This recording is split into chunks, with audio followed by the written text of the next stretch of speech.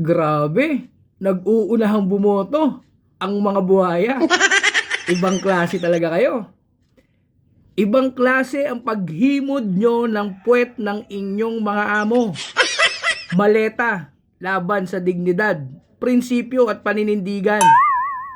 Hanep, nagmamahal sa bayan, bumoto para impeach ang pangalawang pangulo. Grabe ang ingay nyo. Grabe ang sigasig.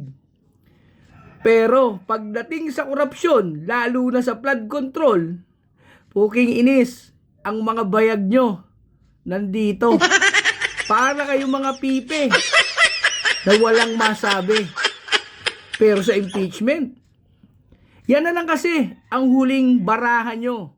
Dahil pagdating sa susunod na taon, isa-isa na kayong tatakbo sa impyerno.